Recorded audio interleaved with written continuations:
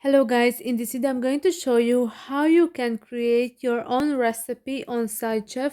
But first I wanted to tell you that don't forget to subscribe, because at 10,000 subscribers I'm going to show you my YouTube revenue statistics and my growth strategy, how you can make money online. So first open the app.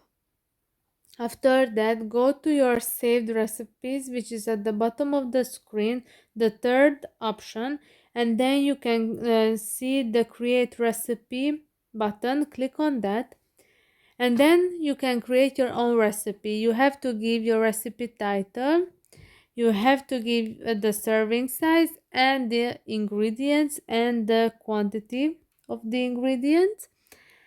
So this is really simple, and it's really good because you can add all those ingredients to your cart and to your grocery list.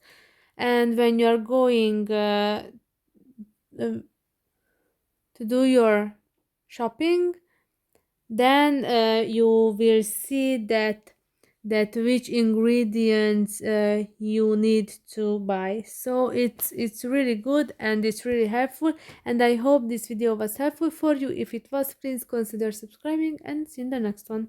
Bye bye.